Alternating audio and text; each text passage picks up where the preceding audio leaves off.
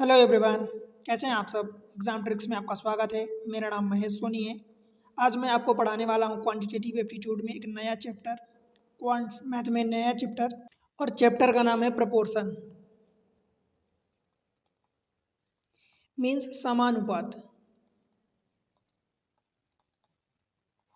इसके पहले हम पढ़ चुके हैं रेशियो वाला पार्ट। रेशियो मीन्स अनुपात हम पढ़ चुके हैं। रेशियो के बाद ही आता है प्रपोर्शन। जनरली ये दोनों एक ही साथ पढ़े जाते हैं, नाम लिया जाता है एक साथ, बट होते दोनों चीज़ अलग अलग है। बिकॉज आप जानते हो रेशियो को हम ऐसे डिनोट करते हैं और ये वाला रेशियो वाला पार्ट होता है, और प्रपोर्शन को हम ये ऐसे डबल लाइन डिनोट करते हैं। दो कॉलन का आप साइन बनाओगे तो ये प्रपोर्शन का साइन हो जाता है, राइट। ये भी चैप्टर इंपॉर्टेंट होता है, बट कई सारे एग्जाम्स में नहीं आता, इसके क्वेश्चन डायरेक्टली नहीं पूछे जाते। बहुत सारे एग्जाम्स में पूछे जाते हैं, तो आप अपने अकॉर्डिंग आप देख लें कि कहाँ पर ये पूछे जाते हैं, राइट।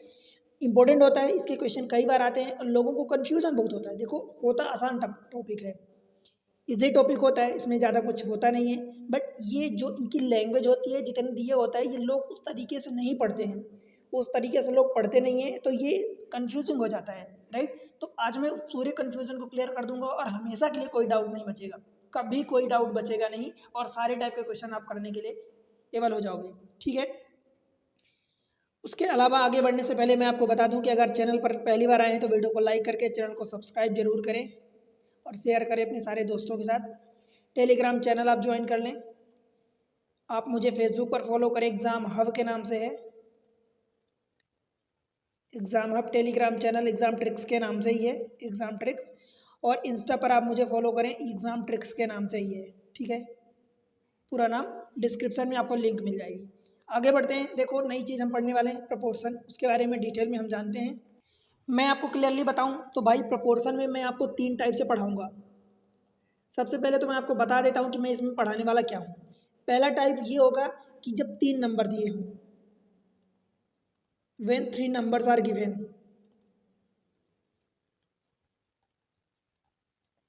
दूसरा टाइप में इसमें आपको पढ़ाऊंगा जब दो नंबर गिवन होते हैं, when two numbers are given.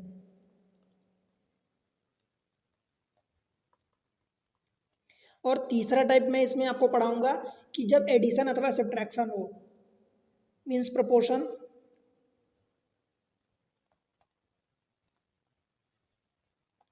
After certain number addition हो, आफ्टर एडिशन या फिर सब्ट्रैक्शन हो जाए। एडिशन का मतलब जोड़ना और सब्ट्रैक्शन का मतलब घटाना होता है, ठीक है। यही मेन तीन टाइप होती हैं। देखो, पूरे प्रपोर्शन में यही तीन टाइप होता है। इन्हीं तीन टाइप में से देखो, इनमें तो बड़ा कन्फ्यूजन रहता है, पहले दो वाले में तो बड़ा कन्फ्यूजन होता है। अब कन्फ्यूजन होता है तो वो सारे कन्फ्यूजन मैं आज दूर कर दूंगा, कभी इसके बाद कोई कन्फ्यूजन नहीं बचेगा। तो पहले पढ़ते हैं पहला टॉपिक। आप दिमाग लगा के पढ़ना भाई, मैं बता रहा हूँ कि जिंदगी में कभी कोई कन्फ्यूजन नहीं बचेगा। पहला टाइप हम पढ़ते हैं टाइप वन। इसमें क्या है, when three number given, when three numbers are given. जब तीन नंबर हमें दिया हो। देखो, मैं एक एग्जांपल ले रहा हूँ, जैसे कि मान लो अब तीन नंबर गिवन है, मान लो वो तीन नंबर लेट से ए बी और सी गिवन है, ठीक है। अब इसमें आपसे पूछ सकता है, देखो क्या क्या पूछ सकता है, इसमें चार टाइप के क्वेश्चन बनते हैं। इसमें आपसे पूछ सकता है कि फर्स्ट प्रोपोर्शन बता दो, सेकेंड प्रोपोर्शन बता दो, थर्ड प्रोपोर्शन बता दो, और फोर्थ प्रोपोर्शन बता दो, ठीक है। इसमें चार टाइप के क्वेश्चन बनते हैं जब तीन नंबर गिवन होते हैं। ध्यान रहे, मैं जिस तरीके से पढ़ा रहा हूँ आप उसी तरीके से पढ़ोगे तो बेहतर तरीके से समझ पाओगे। ये दरअसल ये अपने आप में लिखा है कि first second third fourth proportion, ये कुछ भी नहीं है, एक नथिंग मात्र है। पढ़ने के बाद आपको लगेगा कुछ है ही नहीं, तो बस पढ़ो आप, बस उसके बाद चीज़ें मुझ पर छोड़ दो। अब पहला proportion, second proportion, third proportion, fourth proportion पूछेगा तो कैसे पूछेगा, मैं आपको सबसे पहले बताता हूँ कि जैसे कि मान लो मैं नंबर लिखता हूँ ए रेशियो बी, और ये इसको फिर प्रोपोर्शन बोलते हैं, फिर सी रेशियो डी, मतलब A ratio B proportion C ratio D, इस टाइप से दिया होता है। इस वाले को बोलते हैं हम फर्स्ट प्रपोर्शन, ये जो होता है इसको सेकेंड प्रपोर्शन, ये जो सी होता है मतलब थर्ड वाला उसको थर्ड प्रपोर्शन बोलते हैं, और ये जो डी होता है इसको फोर्थ प्रपोर्शन बोलते हैं। बताओ क्या इतनी बात समझने में आपको कोई दिक्कत हो रही है कि ये 4 नंबर होते हैं अकॉर्डिंगली, जो पहला है लेफ्ट से पहले वाले को फर्स्ट प्रोपोर्शन, सेकंड वाले को सेकंड प्रोपोर्शन, थर्ड वाले को थर्ड प्रोपोर्शन, फोर्थ वाले को फोर्थ प्रोपोर्शन। कोई दिक्कत है यहाँ तक? आई होप कि नहीं होगी, यहाँ तक समझने में कोई दिक्कत नहीं होने वाली है, राइट। अब देखो इसमें जो भी हमसे पूछे, जैसे मान लो 3 नंबर हमें दिया है, मान लो कि वो 3 नंबर ए बी सी मैं ले लिया हूँ, ये तो समझाने के लिए बता दिया कि कौन सा कौन प्रोपोर्शन होता है। ए बी सी मान लो कि 3 नंबर दिए हैं, अब 3 नंबर दिए हैं, 3 नंबर आपको दिए होंगे और उसमें से पूछेगा कि मान लो फर्स्ट प्रोपोर्शन पूछता है, तो जब फर्स्ट प्रोपोर्शन पूछे तो फर्स्ट वाला कौन सा है, ये वाला है, तो उसकी जगह पर आपको कैलकुलेट करना है, वही तो आपको कैलकुलेट करना है। तो देखो 1, फिर ये रेशियो, फिर 2, फिर ये प्रपोर्शन 3, फिर ये रेशियो 4, यही होता है। तो पहला प्रपोर्शन अगर आपको मान लो पूछता है कि फर्स्ट प्रपोर्शन आपको बताना है, ठीक है, तो उसकी जगह आप कैलकुलेट करना है तो उसकी जगह आप रख दो x, उसकी जगह क्या रखोगे x, और बाकी जगह ये इसी सीरियल में इसी ऑर्डर में आप रख दो, इसी ऑर्डर में ए बी सी, ठीक है।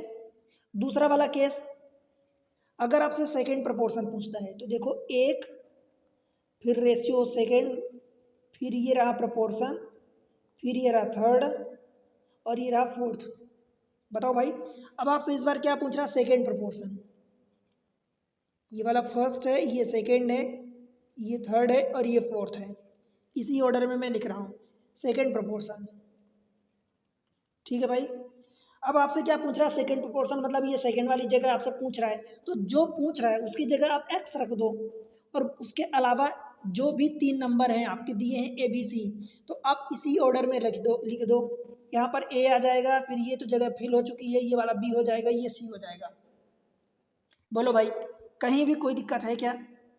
और तीसरा इसमें आपका क्या हो जाएगा, थर्ड प्रोपोर्शन, जब आपसे ये पूछे थर्ड प्रोपोर्शन, तो 1, फिर ये रेशियो 2, फिर ये प्रोपोर्शन, ये तीसरा वाला, और ये फिर रेशियो चौथा वाला। समझ आया? अब देखो आपसे इस बार थर्ड प्रोपोर्शन पूछा है, तो जो कैलकुलेट कर रहे हैं उसको आप x मानोगे, तो ये तीसरी वाली जगह को आपने कैलकुलेट करना है तो रख दिया, x मान लिया। अब y मान लो, z मान लो, क्या फ़र्क पड़ता है, कुछ भी मत मानो, क्वेश्चन मार्क मान लो, मतलब उसी की जगह कैलकुलेट करनी है, ठीक। अब ए बी सी को इसी ऑर्डर में रख दो, देखो ये हो जाएगा ए, ये ए हो जाएगा, ये बी हो जाएगा और ये सी हो जाएगा। बोलो भाई समझ आया? कोई दिक्कत नहीं है। चौथा देखो, जब आपसे पूछे कि फोर्थ प्रोपोर्शन, तब क्या करोगे, देखो 4 नंबर फिर से 4 जगह बनाओगे, first, ratio second, proportion third, फिर रेशियो ये फोर्थ। क्लियर है? अब इस बार आपसे फोर्थ प्रोपोर्शन पूछ रहा, तो फोर्थ वाला नंबर मतलब कैलकुलेट करना है, तो इसकी जगह आप एक्स रखोगे, और बाकी 3 की जगह ए बी सी को इसी ऑर्डर में रख दो, ए बी और ये सी। समझ आ गया? क्लियर है? कोई दिक्कत है? अब जो मैं देखो, अब मैं जो आपको बता रहा हूँ कि भाई ये A ratio B proportion C ratio D, इसका मतलब पता है क्या होता है, बस ए अपान बी होता है पहले वाले को, इस प्रोपोर्शन का मतलब इक्वल होता है, और ये सी रेशियो डी होता है, सी अपान डी होता है, बस इतना होता है। कुल मिला के अगर मैं इसको क्रॉस मल्टीप्लाई करूँ तो भाई A D is equal to B C, सिर्फ आपको इतना समझना है। इसको सॉल्व कैसे करोगे, तो ए रेशियो बी को हमने ये रख दिया, प्रोपोर्शन का मतलब इक्वल होता है, सी रेशियो डी को हमने इस टाइप से लिख दिया। अब इनका क्रॉस मल्टीप्लाई करोगे तो ए डी बराबर बी सी हो गया। आपको ध्यान सिर्फ इतना रखना है कि भाई पहले और चौथे का multiply is equal to second और थर्ड का मल्टीप्लाई होता है हमेशा। जब भी प्रोपोर्शन का क्वेश्चन पढ़ोगे तो कुल मिला के यही देखो कि पहला वाला ए, दूसरा और चौथा वाला डी, तो इन दोनों का मल्टीप्लाई हो गया, और बीच के जो 2 नंबर्स हैं उनका मल्टीप्लाई, दोनों इक्वल हो गए, दोनों को प्रोडक्ट इक्वल हो गया। समझ आया? अब यही चीज़ें बस आपको लगानी है। देखो यहाँ पर पहला वाला x है, दूसरा वाला c है, तो आप सी एक्स लिखोगे अथवा एक्स सी लिख दो, बराबर ए बी लिखोगे। बोलो भाई क्लियर है? यहाँ पर क्या होगा, देखो यहाँ पर A C is equal to X भी होगा। क्लियर है? इस वाले में क्या होगा, A C is equal to X B अथवा बी एक्स। तो एक्स की वैल्यू आप कैलकुलेट कर लोगे यहाँ से, एक्स की वैल्यू क्या हो जाएगी, ए सी अपान बी, एक्स की वैल्यू ए सी अपान बी ये हो जाएगा। और सिमिलर वे में यहाँ पर भी आप कैलकुलेट करोगे तो देखो ए एक्स हो जाएगा is equal to B C, ये हो जाएगा। आपको एक्स की वैल्यू निकालनी है, मतलब बी सी अपान ए हो जाएगा। इसी तरीके से चारों में आप निकाल सकते हो। बोलो भाई, कहीं कोई दिक्कत है क्या? मैं पहले टाइप को इतने में कंक्लूड कर दिया। अब इस टाइप से जितने भी आपके सामने क्वेश्चन आते हैं, जितने भी टाइप के क्वेश्चन आएंगे, मतलब 3 नंबर जब भी गिवन होंगे, नो डाउट आप बड़ी आसानी से कैलकुलेट कर लोगे। देखो मैं इसमें ज़्यादा चीज़ें कुछ भी नहीं रटा रहा हूँ, एक एग्जाम्पल लेके आपको और समझा देता हूँ। मान लो कि नंबर दिया एक 3 4 5, ये नंबर दिया है, ठीक है। इसमें से आपसे पूछता है कि भाई फर्स्ट प्रोपोर्शन बताओ, पहला, दूसरा सेकंड प्रोपोर्शन बताओ, तीसरा थर्ड प्रोपोर्शन बता दो, और चौथा फोर्थ प्रोपोर्शन बता दो। आपसे इस टाइप से कोई एक पूछ सकता है, कोई एक पूछ सकता है, दो पूछ सकता है, तीन पूछ सकता है, चार पूछ सकता है, कुछ भी पूछ सकता है। तो देखो सॉल्यूशन के लिए क्या करोगे, मैं जो तरीका बताया हूँ बस वही, आपको फर्स्ट प्रोपोर्शन निकालना है, ठीक है। तो जब फर्स्ट प्रोपोर्शन निकालना है तो उसको अब एक्स मानोगे, रेशियो 2 और ये प्रोपोर्शन 3 और रेशियो 4। देखो पहले पर मैं रख दिया एक्स जो हमें कैलकुलेट करना था, देखो पहला वाला फर्स्ट प्रोपोर्शन, बाकी तीनों नंबर 2 3 4 को मैं इसी ऑर्डर में लिख दिया, ठीक है। अब मैं आपको क्या बोला हूँ भाई कि पहले और लास्ट वाले को एडी, मतलब ये एडी हो गए, इनको मल्टीप्लाई बराबर सेकेंड बीच वालों को दोनों का मल्टीप्लाई, तो ये 4x is equal to 2 into 3 हो जाएगा। एक्स की वैल्यू आप यहाँ से बता सकते हो, 2 2 जा मतलब 3/2 हो जाएगा। बोलो भाई बन जाएगा क्या? बस इसी टाइप से कैलकुलेट करना है। सेकंड की अगर बात करी जाए कि आपको सेकंड प्रोपोर्शन निकालना है तो क्या करोगे भाई, सेकंड की जगह एक्स रखोगे, बाकी दो जगह खाली छोड़ोगे। सेकंड की जगह आपने एक्स रख दिया और बाकी इन्हीं ऑर्डर में, जो ऑर्डर में ये नंबर लिखे इसी ऑर्डर में लिख दो, तो ये 2 हो जाएगा, ये 3 हो जाएगा और ये वाला 4 हो जाएगा। समझ आया? अब इसको सॉल्व करने के लिए पहले और चौथे का मल्टीप्लाई होता है, मीन्स 4 दूनी 8 बराबर बीच वालों दो का मल्टीप्लाई और दोनों इक्वल हो गए, तो एक्स की वैल्यू 8/3 आ गई। बोलो भाई ठीक है। तीसरा प्रोपोर्शन देख लो इसी का, आपको थर्ड प्रोपोर्शन निकालना है तो 1 2 3 4, तो यहाँ पर जो निकालना है आप उसको एक्स रख दो, ये प्रोपोर्शन का साइन है, ये रेशियो का साइन है, ये रेशियो का साइन है। अब जो नंबर 2 3 आपको दिए, 2 3 4 दिए, इसी ऑर्डर में फिल कर दो, तो ये हो जाएगा 2 3 और ये 4 हो जाएगा। अब क्या करोगे भाई, पहले चौथे का मल्टीप्लाई यही होता है, तो 4 दूनी 8 बराबर 3x, तो x बराबर अगेन 8/3 हो जाएगा। ठीक है भाई, चौथा भी इसी टाइप से होगा। अगर आपको फोर्थ प्रोपोर्शन निकालना है तो 1 2 3 4, जो निकालना है उसकी जगह x रख दो और नंबर जो दिए इसी ऑर्डर में फिल कर दो, ये रहा 2 3 और ये रहा 4। पहले चौथे का मल्टीप्लाई मतलब 2x बराबर बीच वाले दोनों का मल्टीप्लाई, 3 चौका 12, x बराबर 6 हो जाएगा। समझ आया? इसी टाइप से आप कैलकुलेट करोगे, बस इसके अलावा कुछ भी नहीं बनेगा। बस 3 नंबर दिए होंगे, उसमें कभी आपसे फर्स्ट पूछेगा, कभी सेकंड पूछेगा, कभी थर्ड पूछेगा, कभी फोर्थ पूछेगा। क्लियर हुआ क्या?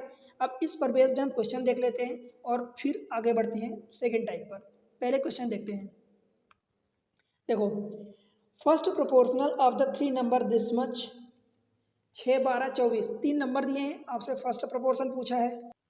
क्या करोगे भाई, देखो पहला प्रोपोर्शन पूछा है तो उसको एक्स रख दो, दूसरा प्रोपोर्शन 6 दिया है और ये प्रोपोर्शन, फिर थर्ड वाला 12 दिया है और फोर्थ वाला रेशियो में 24 दिया है। समझ आया? अब देखो इसका एक तो मैं जो तरीका आपको बताया हूँ भाई कि इन दोनों का मल्टीप्लाई, तो एक तो 24x बराबर इन दोनों के मल्टीप्लाई के बराबर, मतलब 6 गुणे 12, 12 दूनी काट दोगे, 2 3 कट गया, मतलब x बराबर 3 आ गया। आंसर तो आपका आ गया, ठीक है। आंसर 3 ऑप्शन ए हो जाएगा। एसएससी का फेज 2 बताओ एग्जाम में, मतलब क्वेश्चन आते हैं भाई, कुल मिला के ये समझो, राइट।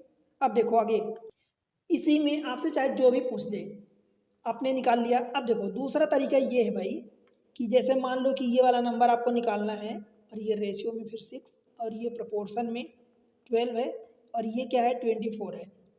अब इसमें क्या क्या हो सकता है और कौन सा तरीका हो सकता है, देखो यहाँ से क्या हो रहा है, 12 से क्या हो रहा है, 24 हो रहा है, मतलब डबल हो रहा है। तो इधर से भी इधर डबल होना चाहिए, मतलब इधर से इधर डबल हो रहा है, तो इधर से इधर डबल होना चाहिए। तो भाई 12 का डबल 24 हुआ, तो x का डबल 6 हो रहा है, इसका मतलब x जो है 6 का आधा रहा होगा, या उल्टा सोचो। मतलब ये एक तो तरीका, एक तो ये हुआ। दूसरा इसी में तरीका ये होता है कि इधर से देख लो, अगर आपको ये कैलकुलेट करना है तो इधर से देखो, 24 से 12 आप कैसे जा रहे हो, इसका मतलब भाई गुणे 1/2 कर रहे हो या 2 का भाग दे रहे हो, आप जो भी लिखना चाहो, जिस तरीके से आप समझना चाहो, 2 को भाग दे रहे हो, डिवाइडेड बाई 2 हो रहा, 24 से तभी तो 12 जा रहे हो, तो इधर से भी क्या करोगे भाई, 2 को भाग दोगे, डिवाइडेड बाई 2 करोगे, और 6 डिवाइडेड बाई 2 दैट मीन्स इसकी वैल्यू 3 आ जाएगी, यही 3 आपका आंसर हो जाएगा। फिर इसी में ऐसा भी आप कर सकते हो कि ये दिया है x 6, ये 12, 24। कई बार ऐसा होता है कि इसका जो रिलेशन इधर होता है उसका रिलेशन इधर भी होता है, एक नंबर छोड़ के। 24 से ये 6 कैसे हो रहा, तो कहोगे कि डिवाइडेड बाई 4 हुआ है, तो सेम चीज़ इधर भी डिवाइडेड बाई 4 करोगे, तो जब 12 में 4 का डिवाइड करोगे तो फिर से 3 आ जाएगा आंसर। समझ आया कि नहीं आया? पर अब देखो, फिर भी मैं आपको यही कहूँगा कि भाई आप डायरेक्ट ये वाला नंबर ऐसा ही करो, आपको पहले चौथे को मल्टीप्लाई करना, बस ये ध्यान रखना है। मीन्स आपको क्या ध्यान रखना है भाई, AD बराबर BC होता है, कुल मिला के हो गया। 4 नंबर अगर 4 रेशियो प्रोपोर्शन के फॉर्म में दिए तो AD बराबर BC होता है, कुल मिला के बस ये हो गया। अब दूसरी बात ये कि क्या बार बार अगर आपको 3 नंबर दिए हैं और पहला प्रोपोर्शन पूछे हैं, तो आपको पता है ना कि x आपका पहले पर आएगा और चौथे पर 24 आ रहा है। जब x पहले पर आ जाएगा, आपको पता है ना कि x पहले पर आ रहा है और बाद में 24 आ रहा है, तो क्या आपको ये हर बार लिखने की जरूरत है? भाई नहीं है, मुझे तो नहीं लगता कि ज़रूरत है। समझ लिए ना, समझ में आ गया? आपको पता ना कि आप क्या दिमाग में आपके क्या चल रहा है, क्या सोच रहे हो, क्या लिख रहे हो, ये चीज़ें क्लियर है। तो अगर आपको पता है कि पहला प्रोपोर्शन पूछा है, मतलब जो हमारा अननोन है, जो हमारा अननोन है वो पहली जगह पर आएगा, तो ये नंबर चौथी जगह पर आएगा, तो डायरेक्ट लिखो ना कि 24x बराबर 6 गुणे 12, 12 6 72, काट पीट कर दो, हो गया आपका आंसर। कुल मिला के मैं ये कहना चाहता हूँ कि ये वाला स्टेप भी आपको लिखना जरूरी नहीं है बार बार। समझ आया ना? आपके दिमाग में चलना चाहिए कि कर क्या रहे हो क्या रहा एक्चुअली, क्या लिख रहे हो। अब चाहे ये वाला रास्ता अपना लो, चाहे ये वाला, चाहे ये वाला, फिर भी अगर कन्फ्यूज़न होता है तो ये वाला स्टेप लिख लो। अगर आपको लगता है कि ये स्टेप लिखे बिना गलती हो रही है तो इस स्टेप को लिख लो, और लिखने के बाद क्या करोगे, पहला AD बराबर BC बस यही लगाओगे। पूरे प्रोपोर्शन में भाई यही AD बराबर BC होता है, मतलब पहला और चौथे का मल्टीप्लाई बराबर सेकेंड और थर्ड का मल्टीप्लाई। समझ आया? आगे चलते हैं, क्वेश्चन और देखते हैं। Second proportional of a 3 number, देखो अब सेकेंड प्रोपोर्शन दिया है, आपको पता है ना कि सेकेंड प्रोपोर्शन दिया मतलब ये वाला पहला हो जाएगा, सेकेंड आपको फाइंड करना, ये वाला थर्ड हो जाएगा और ये वाला फोर्थ हो जाएगा। ठीक है भाई? अब मैं उसी तरीके से अगर बताऊं तो भाई एक ही चीज़ बची कि फर्स्ट एंड फोर्थ का, तो 28 इंटू 5 हो जाएगा बराबर सेकेंड इंटू थर्ड। तो सेकेंड वाला तो देखो आपसे पूछा है, वो x हो जाएगा और थर्ड वाला 4 हो जाएगा, बस। अब इसको सॉल्व करना कोई बड़ी बात नहीं जाएगी, 4 सत्ते 28, 7 बचा 35 हो गया। ठीक है भाई, बन जाएगा। बताओ कहीं भी कोई दिक्कत अगर हो रही हो तो बिल्कुल बेहिचक बताओ। तरीका जो मैं बताया हूँ अगर उसी तरीके से पढ़ोगे तो कोई भी दिक्कत नहीं होने वाली। रही बात लिखने की, तो इसको लिखने के लिए फिर वही आप लिख सकते हो कि भाई ये वाला पहला प्रोपोर्शन, मतलब पहला नंबर 28 दिया है, दूसरा प्रोपोर्शन आपसे पूछा तो वो x हो जाएगा, और ये वाला फिर प्रोपोर्शन का साइन 4 एंड ये 5। मैं बार बार बताता हूँ कि ये चाहे आप ऐसा 28/x या 4/5 ऐसा लिखो, अल्टीमेटली होता क्या है 28 इंटू 5, कुल मिला के यही तो हो रहा है भाई, AD बराबर BC ही तो होता है बार बार। तो मतलब 28 इंटू 5 बराबर 4 इंटू एक्स, 4 सत्ते 28, 7 बचा 35, यही हो रहा है ना। तो क्यों आप बार बार ये लिखते हो? बस आपको समझ में आ गया कि जो वाला प्रोपोर्शन पूछा है उसकी जगह बीच के 2 नंबर का मल्टीप्लाई होता है, कार्नर वाले नंबर का मल्टीप्लाई होता है, बस काम खत्म। पहला प्रोपोर्शन और फोर्थ प्रोपोर्शन अगर नहीं पूछा तो बस कार्नर वाले को मल्टीप्लाई कर दो, सेकंड या थर्ड जो भी पूछे बस एक तो वो हो जाएगा और एक बीच का नंबर हो जाएगा। ठीक है भाई, चलो अगले क्वेश्चन पर, क्वेश्चन नंबर नेक्स्ट। अब चलते हैं अगले क्वेश्चन पर, क्वेश्चन नंबर नेक्स्ट देखते हैं। Third, find the third proportional of this much. अब देखो इसमें बोल दिया कि थर्ड प्रोपोर्शन, वैसे भी तीसरे जगह पर क्वेश्चन मार्क लगाया है। तो थर्ड प्रोपोर्शन भाई मैं आपको क्या सिखाया हूँ, पहले चौथे का मल्टीप्लाई करो, मतलब 9 × 14 is equal to second third, आपको जो फाइंड करना है जो दिया है। ठीक है, 7 दूनी 14, 9 दूनी 18। बताओ भाई, क्या इससे छोटा आप कर सकते हो? और अगर कर सकते हो तो बिल्कुल करो। डायरेक्ट आपको इन दोनों को मल्टीप्लाई करना है, AD मतलब फर्स्ट एंड फोर्थ को मल्टीप्लाई करना है और BC करना है, दोनों को इक्वल कर देना है। ठीक है, समझ आया? अब मुझे नहीं लगता कि आपको कोई दिक्कत होने वाली है, इसलिए ध्यान से अगर एक बार पढ़ लिया तो भाई कोई दिक्कत नहीं होगी। Find the fourth proportion to that this much. अब फोर्थ प्रोपोर्शन पूछा है, मतलब पहले के 3 नंबर दिया है, 3 नंबर दिया है, तो भाई पहले के 3 नंबर दिया, चौथा नंबर पूछा, मतलब चौथे को x मानोगे, तो x × 4 करोगे, 9 × 4 16, 4 चौको 16, 9 चौक 36। बोलो भाई, 36 ऑप्शन सी हो जाएगा। कोई दिक्कत तो नहीं है? करोगे क्या इसको एक्चुअल में, जब लिखोगे तो ये रखोगे 4 प्रोपोर्शन 9, फिर ये प्रोपोर्शन 16 और ये रेशियो वाला x। एक्चुअली ये प्रोपोर्शन नहीं होता है, ये रेशियो होता है, ये प्रोपोर्शन होता है। 4/9 इज इक्वल टू 16/x। आपको सब्जेक्टिव क्वेश्चन तो करना नहीं है कि आपको बार बार ये सारी चीज़ें लिखनी है, तो क्या हो जाएगा 9 चौक 36 बराबर x। ठीक है भाई, आगे बढ़ूँ?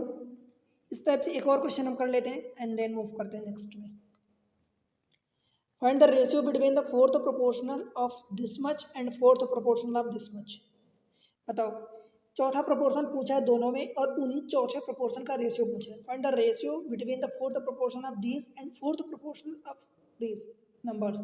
अब बताओ, जब मुझे फोर्थ प्रोपोर्शन कैलकुलेट करना होता है तो मतलब पहले के 3 दिए हैं, तो अगर मैं पहले वाले पार्ट्स में कहूँ कि फोर्थ प्रोपोर्शन x है, तो 4x 42x हो जाएगा,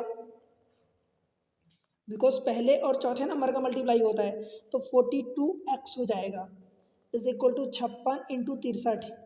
ठीक है भाई, x की वैल्यू यहाँ से आप निकाल लोगे, या डायरेक्ट आप लिख सकते हो कि भाई x की वैल्यू आप निकाल के 56 × 63 और डिवाइडेड बाई 42। जब आप सेकेंड वाले केस में निकालोगे तो इतना मतलब ये हुआ कि फर्स्ट एंड फोर्थ का multiply is equal to second and third का। मतलब भाई लिखोगे आप 153 इंटू, देखो आपको फोर्थ है मतलब ये थर्ड है और ये सेकेंड है, इंटू 273, और डिवीजन में आप क्या करोगे, पहला वाला 189 और ये रहा फोर्थ प्रोपोर्शन। समझ आया? अब अल्टीमेटली आपको क्या निकालना है, तो इन x/y निकालना है, मतलब इनका डिवीजन निकालना है। समझ आ गया? अब इनको काट पीट कर दो, जितना भी कट जाए तो काट सकते हो। कुल मिला के भाई 56 × 63 और डिवाइडेड बाय ये 42 है। ऑलराइट, ये 42 है, ये नीचे आ जाएगा, ये वाला उल्टा ऊपर चला जाएगा, ये ऊपर वाली चीज़ें नीचे आ जाएंगी, 153 × 273 और ये 189 ऊपर चला जाएगा। अब काट पीट करना है, आपको वैल्यू निकालनी है, ये हो जाएगा x/y। ठीक है भाई, जिससे भी कट रहा काट दो। 7 से काटोगे 7 × 6 = 42, 7 × 8 = 56 और 21, फिर से 7 से काटोगे, 7 × 3 = 21, 7 नहीं है 300 के, तो 7 से काटोगे तो 7 9 है 63 हो गया, 7 से काटोगे तो 7 3 = 21 हो गया, 6 बटा 7 9 है 63। फिर और कुछ कटेगा, देखो 3 से काटोगे तो भाई ये 3 तिहाई कट जाएगा, 3 से काटोगे ये 13 कट जाएगा, 13 से ये कटेगा कि 13 × 1 = 13, नहीं कटने वाला। 3 से और काट दो, ये वाला 3 से काटोगे तो ये 3 कट जाएगा, 3 × 5 = 15, 3 1 = 3, इतना आ गया। और कुछ कटेगा, ये भी कट जाएगा 3 से, तो ये काटो, 2 से काटोगे तो 2 इसको, और 3 से काटोगे तो 3 × 6 = 18, 3 × 3 = 9, ये 2 जो बचा इसको काट दोगे तो ये 4 कट जाएगा। अब ऊपर जो जो बचा है उसको लिख दो, देखो 4 × 63 बचा है, 63 को और काटोगे तो देखो 3 से काटोगे तो ये 21 हो जाएगा, 21 तिहाई 63, 3 से काटोगे तो ये 17 तिहाई 51, तो 21 × 4 बचा है, 21 चौक 84 आप लिख सकते हो। और नीचे क्या क्या बचा, 17 × 13, तो 13 7 91, कैरी 9, 13 1 = 13 और 9 आपका 22 हो जाएगा। तो यही आपका आंसर आ जाएगा 84 डिवाइडेड बाई 221, ऑप्शन डी हो जाएगा, दिल्ली। क्लियर है भाई? ठीक है, बताओ कोई दिक्कत है क्या? समझ में आया? अल्टीमेटली आपको बस इतना सा समझना था कि फोर्थ प्रोपोर्शन दिया है पूछा है तो मतलब पहले वाले का और जो पूछा है उसका मल्टीप्लाई कर दो, बीच के दो नंबर का मल्टीप्लाई, बीच में इक्वल साइन लगा दो बस। ठीक है, यहाँ तक अभी कोई दिक्कत हो तो बिल्कुल बेझिझक बताओ। अब हम मूव करते हैं जो टाइप हमारा सेकंड है, टाइप 2। जब दो नंबर दिए हो, when two numbers are given,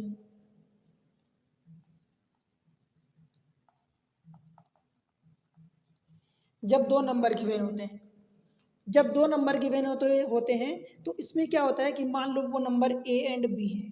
ठीक है, अब इसमें मैं अगर आपको लिख के बताऊं तो भाई इसको ऐसा लिख सकते हो कि ए रेशियो बी, फिर ये प्रोपोर्शन, फिर ये बी और रेशियो, ये वाला क्या हो जाता है आपका सी हो जाता है। मान लो सी मतलब कि आप यहाँ पर एक्स रख लो, लेट से एक्स। ठीक है, ध्यान से देखना, समझने की बात यहाँ पर ये है भाई कि ये जो नंबर गिवन होता है बीच में, ये दोनों नंबर सेम होते हैं, हमेशा सेम होते हैं। जब भी दो नंबर गिवन होगा तो ये दोनों सेम होते हैं, एक ये नंबर होता है, एक ये नंबर होता है। ये वाले को फर्स्ट प्रोपोर्शन बोलते हैं, फर्स्ट प्रोपोर्शन। इस वाले को मिडिल प्रोपोर्शन, अथवा आप इसको मीन प्रोपोर्शन बोल सकते हो, मीन प्रोपोर्शन। ध्यान ये रखना कि दो नंबर गिवन होंगे तो भाई ये दोनों नंबर मीन बीच वाले दोनों सेम होते हैं और इसीलिए दोनों को मीन प्रोपोर्शन बोलते हैं, और इसको क्या बोलते हैं थर्ड प्रोपोर्शन। ठीक है, इसमें फोर्थ प्रोपोर्शन नहीं होता। हालांकि नंबर चार ही होते हैं टोटल, टोटल नंबर आप चार ही बार लिखोगे, लेकिन इसमें फोर्थ प्रोपोर्शन नहीं होता, because number ultimately different number की बात करोगे तो वो तीन ही नंबर हैं, बिकॉज मीन बीच के दो नंबर्स वो सेम होते हैं, जिनको हम मीन प्रोपोर्शन बोलते हैं। बताओ भाई, कोई दिक्कत यहाँ तक समझने में? अब आप कहोगे कि दो नंबर कौन से नंबर को कहाँ रखोगे, तो इसमें आपसे तीन ही चीज़ें पूछ सकता है। क्या पूछ सकता है? एक तो फर्स्ट प्रोपोर्शन पूछ सकता है, एक मीन प्रोपोर्शन पूछ सकता है, और एक आपसे थर्ड प्रोपोर्शन पूछ सकता है। ठीक है, फर्स्ट, सेकेंड और थर्ड। पिछले वाले में चार चीज़ें पूछता था, first, second, third and fourth. ठीक है, बिकॉज उसमें चार नंबर का होता था, चार नंबर यहाँ पर भी है, तीन नंबर गिवन होते थे और एक पूछता था। कोई सा भी पूछ सकता है, फर्स्ट, सेकेंड, थर्ड, फोर्थ, तो उसमें चार क्वेश्चन चार टाइप के बन सकते थे। इस वाले में दो नंबर गिवन होंगे तो ये पता है कि भाई ये मिडिल वाला जो होता है ये दोनों हमेशा सेम होंगे। क्लियर है? अब मान लो मैं आपको बताऊं कि भाई चलो मान लो ए और बी यही दो नंबर दिया है और आपसे पूछता है फर्स्ट प्रोपोर्शन पूछता है, फर्स्ट प्रोपोर्शन। क्लियर है? अब आप ये तो नहीं कहोगे ना कि आप फर्स्ट प्रोपोर्शन नहीं जानते, इसका भी मतलब यही होता है। देखो यहाँ पर भी मैं आपको फिर से समझा देता हूँ, इन सब का भी मतलब क्या होता है कि पहला A upon B is equal to, proportion का मतलब बी, और ये बी अपान एक्स हो जाएगा। इसको जब क्रॉस मल्टीप्लाई करोगे तो ये A X is equal to B square हो जाएगा। समझ आया? तो यहाँ पर भी वही होगा, फर्स्ट इंटू फोर्थ बराबर बी स्क्वायर, ए डी बराबर मतलब बी सी होता है, ए डी बराबर बी सी, कारण के दो का मल्टीप्लाई बराबर बीच के दो टर्म का मल्टीप्लाई। ठीक है, अब पहला प्रोपोर्शन आपसे पूछ रहा है, इसका मतलब देखो ध्यान रखना, एक, फिर ये रेशियो, फिर ये रेशियो, फिर ये प्रोपोर्शन, फिर ये थर्ड और ये वाला फोर्थ। अब इसको आप फिल कैसे करोगे ये इंपॉर्टेंट है, फिल कैसे करोगे ये इंपॉर्टेंट है। फिर भाई आपसे अगर मान लो कि सेकंड प्रोपोर्शन पूछ दे, अब सेकंड तो इसमें होता नहीं है तो आपसे क्या पूछेगा, मीन प्रोपोर्शन, मीन प्रोपोर्शन। अगर आपसे ये पूछ दे तब क्या करोगे, देखो ध्यान से देखना, एक, फिर ये रेशियो, फिर सेकंड, फिर ये प्रोपोर्शन रहा, थर्ड, फिर ये रेशियो फोर्थ। अब मुझे बताओ, देखो ध्यान से समझना, ये जो इंपॉर्टेंट मैं बता रहा हूँ वो उसको समझना। जो तीसरा भी लिख देता हूँ मैं यहाँ पर, आपका जब थर्ड प्रोपोर्शन,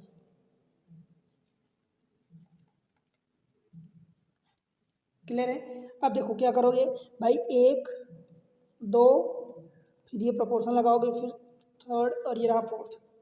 आपको नंबर कितने दिए हैं बताओ भाई, कितने नंबर दिए हैं? आपको दो नंबर दिए हैं ए बी, आपको पूछा कौन सा फर्स्ट प्रोपोर्शन, तो फर्स्ट को यहाँ पर रख दो ए, फर्स्ट को जो भी पूछा वहाँ पर आपने कैलकुलेट करना है। अगर आपको फर्स्ट प्रोपोर्शन कैलकुलेट करना है तो क्या रखोगे, उसकी जगह आप नया अननोन रखोगे जो आपको कैलकुलेट करना है x। अब ये जो दो नंबर दिए हैं भाई, एक नंबर यहाँ रख दो a, ठीक है। मैं आपको क्या बताया हूँ कि ये सेकेंड और थर्ड मिडिल वाले सेम होंगे। तो अगर आप ए बी को फिल कर रहे हो तो यहाँ पर ए लिखो, तो अगर सेकेंड पर जो भी आ रहा है वो थर्ड पर भी आ जाएगा और फिर बचा हुआ बी आ जाएगा। मतलब फिल करना आपको इसी ऑर्डर में ही है। अब आपसे देखो मीन प्रपोर्शन पूछा है, मीन का मतलब यहाँ पर पूछा ये वाला, तो जो यहाँ पर आएगा वो यहाँ पर भी आएगा। एक्स क्यों माना भाई, बिकॉज हमें ये कैलकुलेट करना है। अब ए बी को इसी ऑर्डर में भर दो, तो यहाँ पर ए हो जाएगा और यहाँ पर बी हो जाएगा। बताओ भाई तीसरे वाले में क्या करोगे, सिमिलर अप्रोच। आपसे थर्ड प्रोपोर्शन पूछा है, मतलब इसकी जगह आपको कैलकुलेट करना है, तो आपने यहाँ पर एक्स रख दिया। अब ए बी को फिल करो, तो पहला वाला ये ए हो गया, फिर ये बी हो जाएगा, और जब बी जो सेकेंड में आया वही थर्ड में भी आएगा। क्लियर हुआ क्या, बताओ भाई क्लियर हुआ कि नहीं हुआ। जो सेकेंड में आएगा वो थर्ड में भी आएगा। यहाँ पर देख लो, भरना आपको इसी ऑर्डर में है। सेकंड में आया ए, तो मैं यहाँ बी नहीं लिखा, बिकॉज ए सेकंड में जो आएगा वो थर्ड में भी आएगा, सेकंड में जो आएगा वो थर्ड में भी आएगा, तो ये दोनों सेम है। समझ पा रहे हो ना कि जो सेकंड में आ रहा है वो थर्ड में भी आ रहा है, वो सेम होगा। ये सेम है, यहाँ पर सेम है। अब चाहे वो ऑर्डर जहाँ से स्टार्टिंग से चालू करोगे तो सेम रहेगा। क्लियर, कुछ रटने की जरूरत नहीं है। अब देखो क्या होगा भाई, जब फर्स्ट एंड फोर्थ का मल्टीप्लाई करोगे, मतलब बी एक्स यहाँ से होगा और बराबर ए स्क्वायर। कहने का मतलब कि एक्स की वैल्यू जो आपको कैलकुलेट करनी है तो वो ए स्क्वायर अपन बी होगा। बोलो भाई इस वाले में क्या होगा, ए बी बराबर एक्स स्क्वायर। तो एक्स की जो वैल्यू आपको निकालनी है वो ए बी निकालोगे स्क्वायर रूट के अंदर, ठीक है। फिर तीसरे वाले में क्या निकालोगे, ए एक्स बराबर बी स्क्वायर। इसका मतलब x is equal to B square upon A हो जाएगा।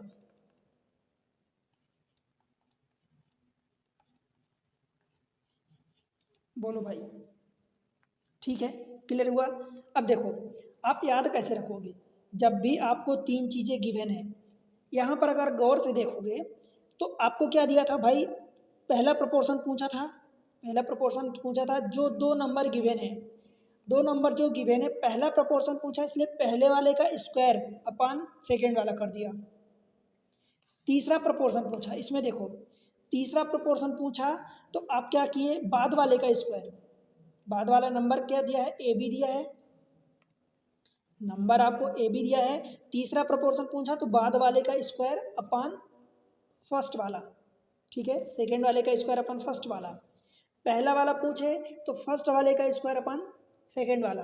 और जो मीन प्रोपोर्शन पूछे, mean proportion by geometric mean, आप जानते हो कि दोनों नंबर्स का फर्स्ट सेकंड का geometric mean means square root के अंदर दोनों को मल्टीप्लाई।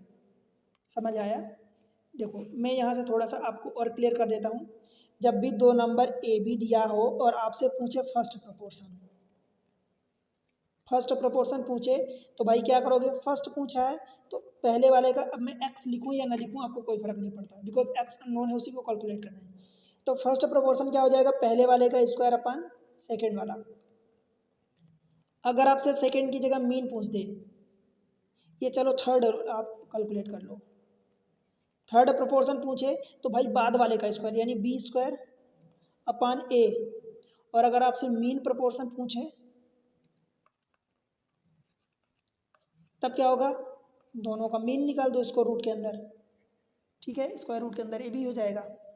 ये इसको आपको याद रखना है एज इट इज़। ऐसा ही अगर याद रखोगे तो बहुत अच्छी बात है, आप डायरेक्ट क्वेश्चन को बस ये फार्मूला लगाओगे और आपका आंसर आ जाएगा। और अगर याद नहीं रखोगे तो फिर कोई बात नहीं, फिर आप इस तरीके से अप्लाई करो। बस ध्यान रहे कि बी और सी मतलब बीच वाले जो दो टर्म होते हैं वो सेम होते हैं, ठीक है। जो आपको निकालना है उसको फिल कर दो, उसके अलावा जो नंबर दिए उसी ऑर्डर में रख दो। सेकेंड वाला नंबर आपका और थर्ड वाला नंबर इक्वल होता है। समझ आया। ये अगर ध्यान रखोगे कि अगर फर्स्ट प्रोपोर्शन निकालना है तो पहले वाले का स्क्वायर अपन सेकेंड वाला, थर्ड प्रोपोर्शन निकालना है तो सेकेंड वाले का स्क्वायर अपन फर्स्ट वाला, और मीन प्रोपोर्शन निकालना है तो भाई दोनों का स्क्वायर रूट, ठीक है। क्वेश्चन करते हैं। रेशियो प्रोपोर्शन आज के बाद आपको कभी डाउट ही नहीं होगा, मैं इस तरीके से आपको क्लियर कर रहा हूँ। देखो the mean proportional of this much, अब दो नंबर दिया है भाई, मीन प्रोपोर्शन निकालना है तो मीन प्रोपोर्शन के लिए क्या जानते हो भाई, स्क्वायर रूट के अंदर दोनों का मल्टीप्लाई मतलब 2 इंटू 32, 32 दूनी 64 हो जाएगा और उसका स्क्वायर रूट 8 होता है। आंसर आ गया आपका। और अगर आप ये चीज़ें नहीं करोगे तो फिर आप क्या निकालोगे भाई, मीन प्रोपोर्शन निकालना है तो मतलब 1 2 3 4, तो मीन प्रोपोर्शन मतलब यहाँ पर दोनों नंबर आप फिल करोगे और ये फिर दिया है तो ये 2 और ये 32। अब भाई कार्नर वाले दो नंबर्स का मल्टीप्लाई 2 गुणे 32 और बराबर बीच वाले दोनों नंबर का मल्टीप्लाई एक्स स्क्वायर हो गया। मतलब यहाँ को इसको 16 इंटू 2 लिखोगे और एक ये 2 पहले से इन दोनों का जोड़ा इसका एक जोड़ा बनेगा स्क्वायर रूट के अंदर, तो एक्स की वैल्यू 4 दूनी 8 आ गई। ठीक है भाई, कोई दिक्कत तो नहीं है, बनेगा। देखो मैं एग्जाम्पल के थ्रू ही सारी चीज़ें क्लियर कर रहा हूँ, एक एक पॉइंट क्लियर कर रहा हूँ, एक एक डाउट क्लियर होना चाहिए, कोई डाउट नहीं बचना चाहिए। चलो अगले question, the mean proportional between this much. बताओ भाई यहाँ पर क्या आपको लगता है कि कोई दिक्कत होनी चाहिए कि नंबर बड़े बड़े खतरनाक खतरनाक दे दिया, स्क्वायर रूट के अंदर प्लस माइनस कर दिया तो आप डर जाओगे क्या? नहीं डरना। मीन प्रोपोर्शन क्या होता है, स्क्वायर रूट के अंदर दोनों नंबर का मल्टीप्लाई, हम वही कर देंगे। देखो दोनों का मल्टीप्लाई स्क्वायर रूट तो सब में लगाए भाई, 18 प्लस 8 रूट 2 और 15 माइनस 2 रूट 2। बताओ एक बार इसका, तो 18 इंटू 15 कितना हो जाएगा, 15 अट्ठे 120 कैरी 12, 15 कम 15 12 27।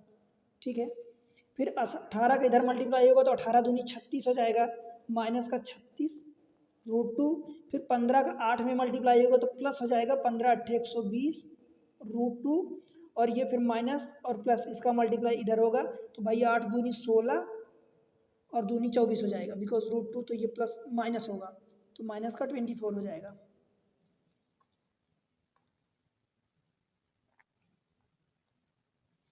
ये ऐसा कुल मिला के इसको साल्व भी तो करना रह गया। 270 में से 24 माइनस करोगे तो भाई कितना हो जाएगा आपका 246, राइट। अच्छा देखो ऑप्शन ना मिले तो कोई वो लोड ना लेना, 120 प्लस है, ये 36 माइनस है तो इसको माइनस करोगे तो ये प्लस का आएगा 80 4 84 रूट 2। ठीक है, 84 रूट 2 246, तो 84 रूट 2 यहाँ है और इसमें 238, तो इसको आप 246 बना लो। अच्छा एक गलती यहाँ हुई है, देखो 8 का मल्टीप्लाई 2 में तो 8 दूनी 16 रूट 2 16 दूनी 32 हो जाएगा, तो इस 24 की जगह आप 32 रख दो, ये माइनस में 32 हो जाएगा। अब ये 270 में से 32 माइनस करोगे तो आई थिंक ये करेक्ट हो जाएगा, ये 238 बचेगा, तो यही करेक्ट आंसर है। आपको बस करेक्ट करना है, आंसर तो खुद ब खुद आएगा आपके सामने, ऑप्शन सी हो जाएगा करेक्ट। ठीक है भाई, बन जाएगा। चलो अगले क्वेश्चन को देख लेते हैं, question number this much, find the third proportion to this much. अब थर्ड प्रोपोर्शन फाइंड करना है भाई, मतलब क्या हुआ, सेकेंड वाले का स्क्वायर यानी 48 गुणे 48 और बटे पहला वाला 36, 6 से काटोगे 6 8 48, 6 बचा, 6 से काटोगे 6 8 48, समझ आया, 8 9 64। बताओ भाई थर्ड प्रोपोर्शन क्या होता है, बी स्क्वायर अपान ए, मतलब सेकेंड वाले का स्क्वायर अपान फर्स्ट वाला, दो नंबर जब दिए हों। कोई दिक्कत है क्या? आगे बढ़ें, क्वेश्चन नंबर ये वाला देखो। देखो क्वेश्चन थोड़ा सा आपको अब लेवल हाई मिलेंगे, और बिकॉज मैं अगर स्टार्टिंग में ये सारी चीज़ें क्वेश्चन आपको दिखा देता तो बिल्कुल आपको समझ नहीं पड़ता। अब देखो, if the mean proportional between P and Q is 12, then the possible value of P and Q respectively. भाई मीन प्रोपोर्शन दिया है दो नंबर का, अब दो नंबर का मीन प्रोपोर्शन क्या होता है बताओ? मीन प्रोपोर्शन उन दोनों नंबर का मल्टीप्लाई स्क्वायर रूट के अंदर, और इसको दिया है वो 12 दिया है, तो पी क्यू की वैल्यू क्या हो जाएगी, 12 का स्क्वायर मीन्स 144 हो जाएगी। अब करस्पॉन्डिंग देख लो, देखो यहाँ पर आपका पॉसिबल वैल्यू पूछा है, मतलब एक से ज़्यादा पॉसिबल ऑप्शन हो सकते हैं, बट अगर उसने ऑप्शन दिया है तो एक ही ऑप्शन करेक्ट देगा। मतलब दो नंबर्स का मल्टीप्लाई देख लो कि पी क्यू का मल्टीप्लाई जहाँ पर भी वो आपका 144 आ जाए तो वही आंसर हो जाएगा। देखो 8 3 24, 3 8 24 कैरी, पहले वाले आंसर को चेक करोगे तो 3 8 24 कैरी 2, 3 3 9 2 1 11, नहीं होगा। इसको चेक करोगे तो 3 8 24 कैरी 2, 3 2 6 2 8, नहीं 144 आना चाहिए। इसको चेक करो, 16 चौको 64 कैरी 6, 16 दूनी 32, 6 38, तो बहुत बड़ा हो गया, ये भी नहीं होगा। 6 चौको 24 कैरी 2, 6 दूनी 12 2 14, यस यही हो जाएगा। समझ आया भाई? तो ये आपका ऑप्शन सी करेक्ट होगा। क्लियर है क्या? बताओ भाई। पी एंड क्यू दो नंबर का प्रोडक्ट क्या हो रहा? आपको कुल मिला के 44 आना चाहिए। आप किसी भी तरीके से, बिकॉज पॉसिबल वैल्यू पूछा, एग्जैक्ट नहीं पूछा, और एग्जैक्ट हम निकाल भी नहीं सकते। हमें क्या पता कि पी की वैल्यू 1 होगी एंड इसकी वैल्यू 144 होगी। हमें क्या पता कि 2 इंटू 72 मतलब पी की वैल्यू 2 होगी या क्यू की वैल्यू 72, या इसी तरीके से और भी आप रख सकते हो जो भी। ठीक है, ठीक भाई, समझ आया? बन जाएगा। ये रहा क्वेश्चन नंबर नेक्स्ट। अब बताओ, मुझे नहीं लगता कि अब आपको कोई दिक्कत होने वाली। देखो अब आपसे कुछ बोला नहीं है, शब्दों में कुछ नहीं बोला। Find the value of x.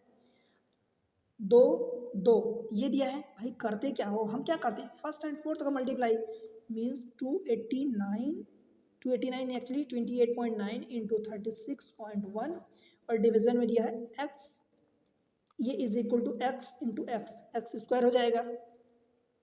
ठीक है, यही होगा। आप यही करते हो बार बार, तो भाई बस वैल्यू कैलकुलेट कर लो।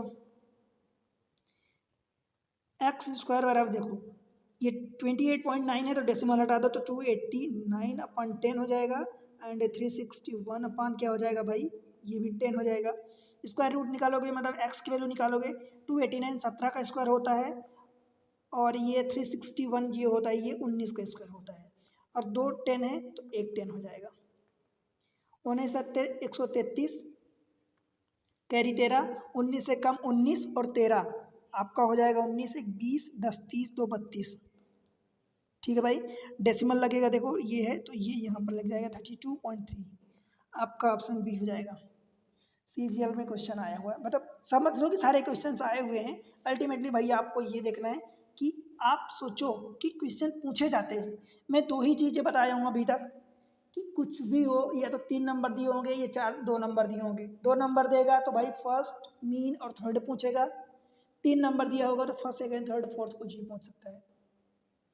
मैं आपको रटवाया हूँ कि जब 2 नंबर दिया हो तो अगर फर्स्ट पूछता है तो पहला नंबर यानी उसका स्क्वायर अपन सेकेंड नंबर, जब थर्ड पूछता है तो भाई बाद वाले नंबर सेकेंड अपन फर्स्ट पूछता है, और जब मीन पूछता है मीन प्रपोर्शन, तब आप क्या करते हो, उन दोनों का मीन यानी स्क्वायर रूट के अंदर दोनों को मल्टीप्लाई करते हो। क्या इतनी बात याद हो गई? पहले वाले में तो मैं कुछ भी याद ही नहीं करवाया हूँ। जब भी ऐसा दिया होता है कि 1 2 3 4 नंबर, तो पहले A D is equal to B C करते हो, ए बी सी और डी, तो A D is equal to यहाँ से बी सी करते हो। बोलो भाई, सिर्फ इतनी चीज़ें मैं अभी तक आपको बताया, कोई दिक्कत तो नहीं है? क्वेश्चन नंबर नेक्स्ट ये देख लो। If P is the third proportional to this much, 2 number दिया है, थर्ड प्रोपोर्शनल पूछा है, and Q is the fourth proportional to this much, 3 number दिया है। देखो P जो है 2 नंबर दिया है तो उसका थर्ड प्रोपोर्शन पूछा है, Q जो है 4 नंबर 3 नंबर दिया है, मतलब Q मिला के 4 नंबर हो जाएंगे, तो फोर्थ प्रोपोर्शन पूछा है। Then value of this much, बताओ भाई क्या दिक्कत है कोई? P is the third proportion of this much, third proportion निकालते हो तो क्या करते हो, बाद वाले नंबर का स्क्वायर, 20 का स्क्वायर यानी 400 डिवाइडेड बाय फर्स्ट वाला नंबर 8, तो 8 पंजे 40 50 हो जाएगा P की वैल्यू।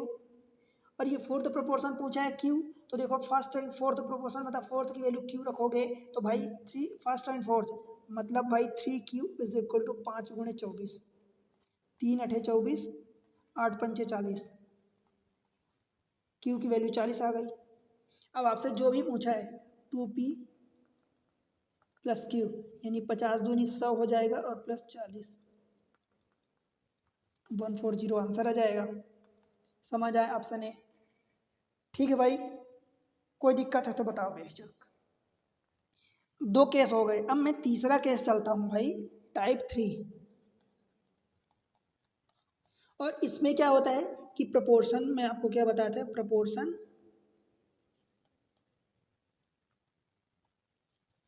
आफ्टर एडिशन और सब्ट्रैक्शन।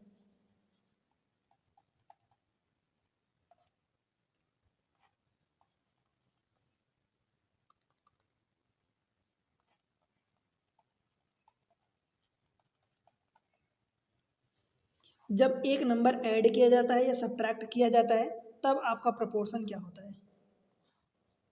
ठीक है, अब आप कहोगे कि भाई ऐड किया जाए या सब्ट्रैक्ट किया जाए, क्या मतलब? जैसे मान लो कि एक नंबर ए है, एक नंबर बी है, एक नंबर सी है, ये डी है, इसमें 4 नंबर दिए रहेगा आपको। 4 नंबर दिया रहेगा। अभी ये नंबर प्रोपोर्शन में नहीं है, या तो इसमें कोई एक नंबर ऐड कर दो तब जाके ये प्रोपोर्शन में होंगे, या फिर इनमें कुछ सब्ट्रैक्ट कर दो तब जाके ये नंबर प्रोपोर्शन में होंगे। या तो आप ऐसा कर दो एडिशन के केस में, या फिर इसी चीज़ को आप सब्ट्रैक्ट करने के बाद ये नंबर प्रोपोर्शन में हो जाए। सब्ट्रैक्ट करने का मतलब कि देखो, ऐड करोगे तो चारों नंबर में सेम नंबर ऐड करोगे तब वो प्रोपोर्शन में होंगे, आपसे क्वेश्चन में बोलेगा। या सब्ट्रैक्ट करने के बाद तो चारों में सेम नंबर सब्ट्रैक्ट करोगे, चारों में सेम नंबर सब्ट्रैक्ट करोगे तब भी वो प्रोपोर्शन में होंगे। अब या तो ऐड करने पर होगा या सब्ट्रैक्ट करने पर, ऐसा नहीं है कि सेम क्वेश्चन को ऐड करने पर भी हो जाए सब्ट्रैक्ट करने पर भी हो जाए, ठीक है, ऐसा नहीं होगा। अब देखो यहाँ पर x की वैल्यू सेम, देखो तरीका सेम है, इसमें भी आप लिखोगे a plus X upon B plus X is equal to C plus X upon D plus X. पहले वाले में इसमें भी आप यही लिखोगे a minus X upon B minus X is equal to C minus X upon D minus X. Proportion की यही मतलब होता है भाई, पहला अपान second is equal to third upon fourth, यही कर रहे हो बार बार, यही करोगे। अब बताओ भाई, देखो यहाँ पर 4 number A B C D ये तो गिवेन होंगे, आपको कोई ना कोई न्यूमेरिकल वैल्यू गिवेन होगी, आपको जो कैलकुलेट करना होगा वो x कैलकुलेट करना होगा, पहले वाले इसमें भी और इसमें भी।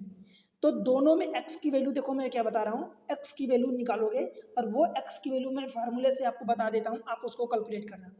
देखो पहला वाला और चौथा ए डी माइनस बीच वाला A D is equal to B C हमने पढ़ा है, तो ए डी और माइनस बी सी इन दोनों को आप क्या करोगे, गुणा करोगे, और डिवीजन में क्या करोगे, ए यहाँ पर इंटू है, इसका मतलब इंटू होता है, तो ए प्लस डी और ये माइनस बी इंटू है तो इंटू को प्लस कर दो और इसका मॉड ले लो।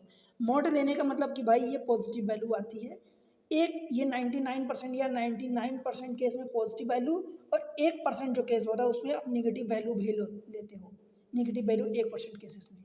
जनरली यहाँ से आप पॉजिटिव वैल्यू जो लोगे वही आपका आंसर आएगा, और कभी कभी ऐसा होता है कुछ एग्जाम्स में रेयरली कि आपको यहाँ से नेगेटिव वैल्यू के साथ भी, मतलब दोनों में चेक करना होगा कि जो भी पॉजिटिव या नेगेटिव सेटिस्फाई कर रही है, ठीक है। तो यहाँ से कुल मिला के एक्स की वैल्यू दोनों ने गलती है, पॉजिटिव एंड नेगेटिव। 99% केसेस में आपकी पॉजिटिव से ही आंसर आ जाता है, 1% केसेस होगा जहाँ पर आपका नेगेटिव से आंसर आएगा, ठीक है भाई, समझ आया। एक्स की वैल्यू याद रखोगे, क्या होती है एक्स की वैल्यू, भाई देखो A D minus B C upon A plus D और माइनस बी प्लस सी, तो ये माइनस दोनों के साथ में एक्स्ट्रा कर दिया हूँ, या आप अगर ये ब्रैकेट लगाना चाहते हो तो ये प्लस हो जाएगा, ठीक है, इतना याद रखोगे। अब चलते हैं क्वेश्चन पर। देखो क्वेश्चन आज का पहला ये वाला तीसरे टाइप में, which number should be added to 3, 11, 4 and 14 to make them in proportion. मतलब इन तीनों में कौन सा नंबर ऐड किया जाए, बताओ भाई क्या करोगे, वो नंबर मान लो x ऐड किया जाए तो क्या हो जाएगा भाई, 3 plus x ratio 11 plus x, फिर ये proportion 4 plus x ratio 14 plus x, यही होगा। और इसका मतलब x की वैल्यू निकालोगे, और वो x की वैल्यू मैं डायरेक्ट आपको बताया हूँ क्या होती भाई, A D minus B C upon A plus D और ये बी प्लस सी माइनस के साथ, ठीक है। ए डी मतलब देखो 3 इंटू 14, 14 3 42 करोगे और माइनस 11 4 44 डायरेक्ट लिखोगे। देखो मैं आपको ऐसा भी बता सकता हूँ, बट भाई कुल मिला के आपको, चलो पहली बार ये है तो देख लो, 3 इंटू 14, फिर इन्हीं दोनों को ऐड करोगे और इन दोनों को ऐड करके सब्ट्रैक्ट करोगे, 14 3 42 और माइनस 11 4 44, 14 3 ये 17 हो जाएगा और माइनस 11 4 15। बताओ भाई कोई दिक्कत है क्या, 42 में से 44 माइनस करोगे तो भाई माइनस का 2, नीचे क्या बचेगा, 17 में से 15 माइनस करोगे तो ये प्लस का 2, कुल मिला के मोड के अंदर -1 आया, और मोड लगने का मतलब ये होता है कि ये प्लस हो गया, ठीक है। तो ये प्लस का 1 आ गया, आपसे वही वैल्यू पूछी कि which number should be added, तो नंबर आपका ये 1 हो जाएगा आंसर, ठीक है। आप कहोगे कि आप ऑप्शन से भी कर सकते हो, तो भाई आप ऑप्शन से डेफिनेटली कर सकते हो, पर सोचो सोचो कि अगर पहली बार मान लो आप वन पर ही डायरेक्ट नहीं पहुंचोगे, पहली बार सारे ऑप्शन में क्या करोगे, आप वन वन माइनस करोगे। यहाँ से देख लो, जैसे कि पहली बार अगर टू लेते हो तो टू सब में माइनस करोगे तो ये three minus two that is one हो जाएगा, 11 माइनस टू 9 हो जाएगा, 4 माइनस टू दैट इज 2 हो जाएगा, 14 माइनस टू 12 हो जाएगा। अब इनको चेक करोगे कि क्या ये समानुपाती हैं, तो ये आपको चेक करना होगा, प्रोपोर्शन में है तो ये आप करेक्ट करोगे, राइट।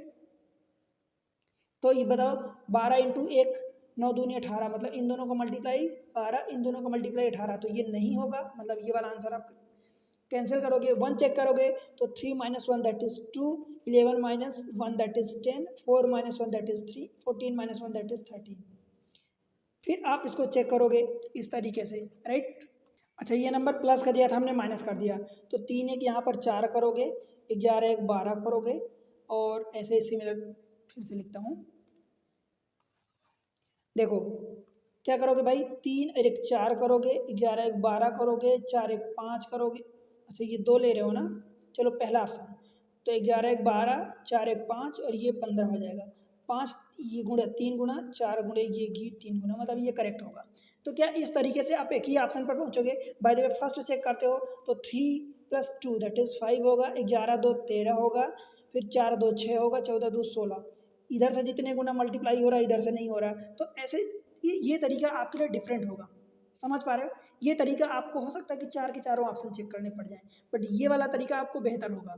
और भाई अगर सोचो कि अगर आप ये फार्मूला नहीं याद करते, आपको लगता है कि मैं फार्मूला नहीं याद करूंगा, तो क्या फिर आप इसको रख के आप कैलकुलेट करोगे फिर ऐसा, या फर्स्ट एंड फोर्थ को मल्टीप्लाई करोगे, तो आपको लगता है कि ये बड़ा आसान हो जाएगा। भाई क्वाड्रेटिक इक्वेशन बनेगी, क्वाड्रेटिक इक्वेशन बनेगी इसमें 14 + x, फिर आप उसको सॉल्व करोगे 11 + x इंटू 4 + x। अब क्वाड्रेटिक इक्वेशन सॉल्व करोगे, लेंथी हो जाएगा ना, इसलिए आपको ये फार्मूला लगाना है, ठीक है, याद करना है। क्वेश्चन नंबर नेक्स्ट देख लेते हैं। देखो, when x is added to each of these four numbers, the number so obtained in this order are in the proportion। मतलब एक नंबर है x, उसको जब इनमें ऐड किया जाता है सो ये नंबर प्रोपोर्शन में हो जाते हैं। Then if these are then by what should be the value of by, मतलब x की वही वैल्यू यहाँ रखोगे तो फिर y की वैल्यू निकालना है। बताओ, अब क्या मैं डायरेक्ट ये क्वेश्चन आपको करवाता तो बनता आपसे, ये बन जाता अपने से, जो सब कुछ पढ़ रखे हैं तो वो उनसे बन जाता है, पर जनरली नहीं बनता। एक्स एडेड मतलब कुल मिला के ये चारों नंबर अगर प्रोपोर्शन में हो गए तो भाई आपसे क्या यही तो बोला है कि उस एक्स की पहले वैल्यू निकाल लो, यही बोला है ना कि उस एक्स की वैल्यू आप निकाल लो 21 + है। और इस टाइप से मैं एक्स की वैल्यू निकालने के लिए हम फार्मूला सीख चुके हैं। पहले चौथे का मल्टीप्लाई, देखो 22 × 21 माइनस 26 × 19, डिवीजन में इन दोनों को ऐड कर दो, ये कितना हो जाएगा 22 21 कितना हो जाएगा भाई 43, और माइनस इन दोनों को ऐड करोगे तो 26 माइनस 1 25 10 और 20 45, 21 और देख लो, 2 बचेगा यहाँ से तो 2 और देख लो, आपको काटना है तो 2 से काट दो, 2 बचेगा ना यहाँ से तो 2 से काट दो, ये माइनस ऊपर से उधर नीचे कर दो। देखो कुल मिला के मैं ये कह रहा हूँ, ऊपर से माइनस कॉमन ले लो, जो भी आपको सही लगता है आंसर वही आएगा।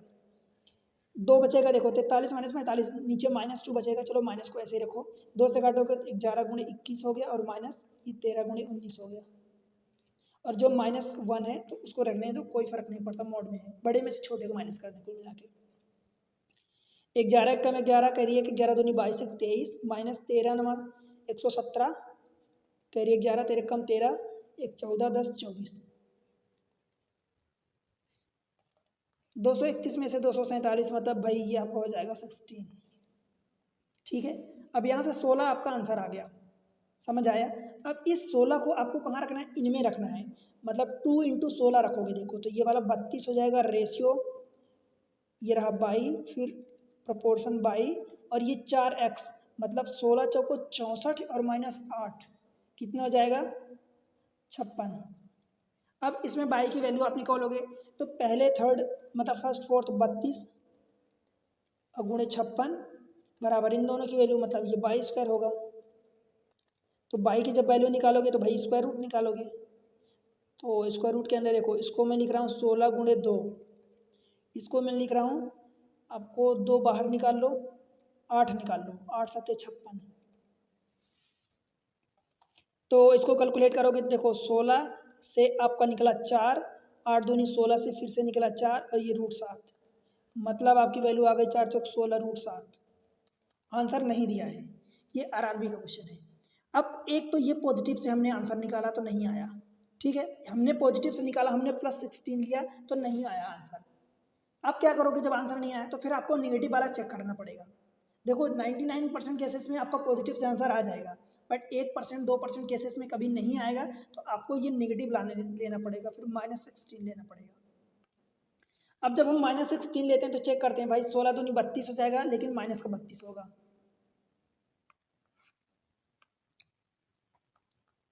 -32, फिर ये रहा 22, फिर ये रहा 22 और फिर ये रहा 4x था, देखो 4x था, तो 16 चौको 64, -64 और -8, तो -72 हो जाएगा, ये -72। अब इन दोनों का फिर से मल्टीप्लाई करोगे तो मतलब 22² बराबर 32 और गुणे 72, भाई माइनस माइनस 2 बार प्लस हो गया। अब 22 की वैल्यू फिर से निकालो, देखो तो 32 से, देखो इसको 16 गुणे 2 लिखोगे, 72 को 8 इंटू 9 लिखोगे, 16 को 4 निकाला, 8 दूनी 16 को फिर से 4 निकाला और 9 को 3 निकाला, 4 चौक 16 3 48, ये 22 की वैल्यू आ गई। अब ये आंसर में आई थिंक पक्का होगा, क्योंकि दो में से कोई एक तो होगा सही, 48 48, ऑप्शन ए हो जाएगा।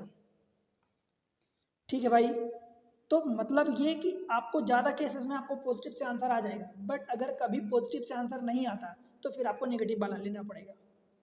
पर जनरली जैसे कि ये एनटीपीसी का क्वेश्चन है रेलवे का, तो रेलवे में कभी मान लो कि नेगेटिव वाला कंसिडर कर लेते हैं। अब देखो यहाँ पर बोला कि बाई ग्रेटर देन 0, बाई की ये बाई की वैल्यू निकली है। अगर x की वैल्यू मान लो यहाँ पर x एडेड है, अब भाई x एडेड यहाँ पर अगर मान लो वो ये बोलता है कि x की वैल्यू ग्रेटर देन 0 है, तब फिर आपको x की पॉजिटिव वैल्यू ही लेनी पड़ती, और आपकी पॉजिटिव x की वैल्यू से आपका आंसर क्या है 16√7। अगर ये आंसर दिया होता तो डेफिनेटली आप इसको टिक करते और आगे बढ़ते, आपका फिर यही करेक्ट आंसर होता। अभी भी करेक्ट है, बट क्योंकि ये आपके ऑप्शन में अवेलेबल नहीं है तो आपने नेगेटिव वाला आंसर चेक किया। ठीक है, आई होप की बातें समझ में आ गई। क्वेश्चन नंबर नेक्स्ट देख लेते हैं, एक दो क्वेश्चन और देख लेते हैं, फिर हमारा काम फिनिश कर देंगे इसको। If x is subtracted from each of these number, so obtain in the proportion the ratio of this much। मतलब इस बार ऐड की जगह सब्ट्रैक्ट किया जा रहा है। हमारा तो एक ही काम है भाई, हम तो x की वैल्यू निकालते हैं। क्या निकालते हैं, AD minus BC, 24 into 57 minus 40 into 33, division में इन दोनों का सम, 57 में 24 ऐड करोगे, देखो 7 4 11, 5 2 नहीं, 5 2 7 1 8, माइनस इन दोनों को ऐड करो, 40 30 70 3 73। बताओ भाई 24 इंटू 57, आप इसको मल्टीप्लाई कर लो कुल मिला के। अगर ये मल्टीप्लाई करना बड़ा हो रहा है तो इसको 24 इंटू 57 ऐसे लिख दो, और माइनस 40 इंटू 33, देखो 81 में से 73 माइनस करोगे तो ये 8 बचेगा। अब अलग अलग काट पीट कर दो, बिकॉज भाई डिवीजन में है तो दोनों में से कटेगा, तो 8 से काटोगे तो 8 3 24, और 8 से काटोगे तो 8 5 6 40। 3 का मल्टीप्लाई 57 में आसानी से कर सकते हो, 3 7 21 कैरी 2, 3 5 15 2 17, माइनस 5 3 15 और 15 1 16। 171 में 165 ऐड, ये इसको हटाओगे तो x की वैल्यू आपकी 6 आ गई। ठीक है, समझ आया। अब इसका आपसे रेशियो पूछा है, 5x + 12/4x + 15, x की वैल्यू 6 रख दो, 6 पंचे 30 और 30 12 आपका कितना हो जाएगा 42 हो जाएगा, और 6 चौका 24, 24 10 34 और 5 39, 3 से काटोगे 14 3 42, 13 3 39, 14 13 आपका आंसर हो जाएगा, ऑप्शन बी। और फिर देखो अगर आपको प्लस से आंसर नहीं आता तो फिर आपको फिर से माइनस रखना पड़ता है, तो फिर आप अगर एक ये वाला तो प्लस केस में हो गया, और ये जनरली आपको आ जाएगा प्लस से ही। अगर नहीं आता है तो फिर आप -6 लेते एक्स की वैल्यू, तब यहाँ पर रखते 5 छक्का -30 हो जाता है, और -30 + 12 मतलब ये 18 बचता माइनस का। डिवीजन में 6 चौको 24, 24 में से 15 माइनस करोगे भाई तो माइनस का 9 बचता है, फिर इस केस में आपका आंसर 2:1 आता। समझ आया? ठीक है भाई। अभी बाय द वे आंसर आपका 14:13 है। क्लियर हुआ? एक और क्वेश्चन देखो, क्वेश्चन नंबर कौन सा है? 15th। When x is subtracted from each of 24, 33, 20 and 26, the numbers so obtained in this order are in the proportion. In this order, इसी ऑर्डर में ही होते हैं, ठीक है। What is the mean proportion between these two? अब ये दो number दिया, इनका मीन प्रोपोर्शन पूछा है भाई। दो नंबर जब दिए होते हैं मीन प्रोपोर्शन होता है तो हम क्या जानते हैं भाई, स्क्वायर रूट के अंदर ए बी। पर उसके पहले हमें एक्स की वैल्यू निकालनी होगी, ठीक है। और वो एक्स की वैल्यू के लिए मैं आपको फार्मूला बताया हूँ भाई, पहला इंटू चौथा दोनों को मल्टीप्लाई, 24 इंटू 26 माइनस 33 इंटू 20 और बटे इन दोनों को जोड़ दो भाई, ये 50 हो जाएगा। और माइनस इन दोनों को जोड़ दो तो ये हो जाएगा आपका 53। देखो यहाँ से 3 बचेगा, माइनस का 3 तो 3 से काट दो तो ये बचेगा भाई। देखो 3 8 24 इंटू 26 और माइनस 3 से काटोगे तो 11 इंटू 20, यही बचेगा। आप कहोगे माइनस कहाँ गया भाई, मोड लगाए। 8 6 48 कैरी 4, 8 दूनी 16 4 20 और माइनस 11 दूनी 22। 220 में से 208 माइनस कर सकते हो तो ये आपका आ जाएगा 12 आ जाएगा। ठीक है भाई, ये x की वैल्यू आई है। अब x की वैल्यू पॉजिटिव नेगेटिव दोनों आ सकती है, पर हम जनरली पॉजिटिव ही लेंगे। अब आपसे पूछा है इसका रेशियो, मीन प्रोपोर्शन पूछा है, तो मीन प्रोपोर्शन के लिए भाई स्क्वायर रूट के अंदर दोनों को मल्टीप्लाई 2x + 1। x की वैल्यू अगर 12 रखोगे तो 12 दूनी 24 से 25 हो जाएगा और इंटू ये मीन प्रोपोर्शन है। 5x - 11, x की वैल्यू 12 तो 12 पंचे 60 और माइनस 11, ये 49 हो जाएगा भाई। ये 5 हो गया, ये 7 हो गया, बराबर 35। आपका आंसर ऑप्शन बी हो जाएगा। और बाय द वे अगर प्लस से नहीं आता तो फिर क्या करते भाई, नेगेटिव लेते, माइनस का 12 लेते। और जब माइनस का 12 लेते तो 12 दूनी 24 माइनस 24 आता, उसमें से फिर ये 23, ये प्राइम नंबर हो गया। आप समझ लो, प्राइम नंबर स्क्वायर रूट से बाहर नहीं निकलेगा। इसमें क्या करते, 12 पंचे 60 माइनस 60 और माइनस 11, तो फिर माइनस का ये 71 हो जाता। माइनस माइनस मिल के तो दोनों ये पॉजिटिव हो जाएंगे, बट भाई ये अपने आप में प्राइम नंबर हो जाते हैं। तो ये कई बार मैं बताया हूँ कि आपका most of the cases negative वाला कंसीडर नहीं करोगे, गलत हो जाता है। हाँ, रेयरली कभी आपको नेगेटिव से आंसर आए तो उसको आपको चेक करना पड़ जाएगा, पर पहले आप पॉजिटिव का ही आंसर लोगे, बिकॉज इसीलिए हम फार्मूले में मॉड लगा के रखें। ठीक है भाई, अब मैं आपको थोड़ा सा रिवाइज करवा देता हूँ। देखो सबसे पहले तो हमने पढ़ा कि जब 3 नंबर दिए हों, 3 नंबर दिए होंगे ए बी सी, तो इनको करस्पॉन्डिंग आपसे पूछ सकता है कि फर्स्ट प्रोपोर्शन पूछ सकता है, सेकेंड प्रोपोर्शन पूछ सकता है और ये थर्ड प्रोपोर्शन, फोर्थ प्रोपोर्शन, ये चीज़ें पूछ सकता है। भाई हमारा नंबर होता है कि अगर फर्स्ट सेकेंड जो भी पूछा है, फर्स्ट पूछा तो यहाँ पर एक्स रखोगे, फिर ये ए बी सी, इन कार्नर वाले का मल्टीप्लाई एक्स सी बराबर ए बी होता है। अगर सेकेंड प्रोपोर्शन पूछा है बाय द वे, तो 1 2 3 4 सेकेंड पूछा है तो वहाँ पर एक्स रखो और ये ए बी सी को इसी ऑर्डर में रख दो, ए सी बराबर एक्स बी हो जाएगा। यहाँ से एक्स की वैल्यू निकाल लोगे। अगर आपसे थर्ड प्रोपोर्शन पूछे तो 1 2 3 4 हो गया, थर्ड की वैल्यू यहाँ रखोगे, बाकी ए बी सी को उसी ऑर्डर में रख दो। फिर से ए सी कॉर्नर की वैल्यू को मल्टीप्लाई बराबर बीच की दोनों वैल्यू को मल्टीप्लाई। और अगर आपसे फोर्थ पूछा है तो भाई फोर्थ की जगह आप एक्स रखो, बाकी ए बी सी को उसी ऑर्डर में रख दो। फिर से कॉर्नर का मल्टीप्लाई, मतलब ए सी बराबर बी सी हो जाएगा, एक्स की एक्चुअली ए एक्स होगा। फिर से आप एक्स की वैल्यू निकाल लोगे। पहला ये हुआ। दूसरा केस हमने पढ़ा कि जब 2 नंबर दिए हों, जब 2 नंबर्स गिवन हो तो भाई ए बी मान लो कि 2 नंबर हैं। अब आपसे फर्स्ट प्रोपोर्शन पूछ सकता है, थर्ड प्रोपोर्शन पूछ सकता है और मीन प्रोपोर्शन पूछ सकता है। ठीक है, फर्स्ट प्रोपोर्शन अगर पूछेगा तो भाई वो आपकी वैल्यू क्या होगी, पहले वाले का स्क्वायर अपॉन सेकेंड वाला। थर्ड प्रोपोर्शन पूछेगा तो बाद वाले का स्क्वायर अपॉन फर्स्ट वाला। और अगर मीन प्रोपोर्शन पूछेगा तो स्क्वायर रूट के अंदर दोनों का मल्टीप्लाई। फिर तीसरा केस हमने क्या देखा कि भाई या तो ऐड किया जाए, या तो एडिशन के केस में या फिर सब्ट्रैक्शन के केस में, यही होता है। तो हमने वो फार्मूला देखा कि भाई जो भी आप ऐड करो या सब्ट्रैक्ट कर ले, दोनों के लिए एक ही फार्मूला है। कार्नर वाली वैल्यू मतलब ए डी और माइनस बी सी अपॉन ए प्लस डी, इन दोनों को ऐड कर दो और माइनस बी प्लस सी, इन दोनों को ऐड करके बस 99% केसेस में आपका क्या हो जाता है भाई, पॉजिटिव यहाँ से आंसर लेते हो। 1% केसेस में हो सकता है कि आपको नेगेटिव आंसर लेना पड़े। समझ आया? तो इस तरीके से देखो सारी चीज़ें मैं एग्जाम ट्रिक्स पर आपको प्रपोर्शन का क्लियर कर दिया हूँ। आपकी एक ही जिम्मेदारी बनती है भाई, इतना तो मैं डिमांड कर सकता हूँ, आपके लिए इतनी मेहनत कर रहा हूँ, इतने तरीके ट्रिक्स पूरा मटेरियल आप तक डिलीवर कर रहा हूँ भाई, इतना तो मैं आपसे डिमांड कर सकता हूँ कि चैनल को सपोर्ट करो। देखो आप लोग सपोर्ट नहीं करते, ना तो शेयर करते, ना ही वीडियो को लाइक करते। वीडियो को लाइक करो, चैनल को सब्सक्राइब कर लो और शेयर करो सारे दोस्तों के साथ।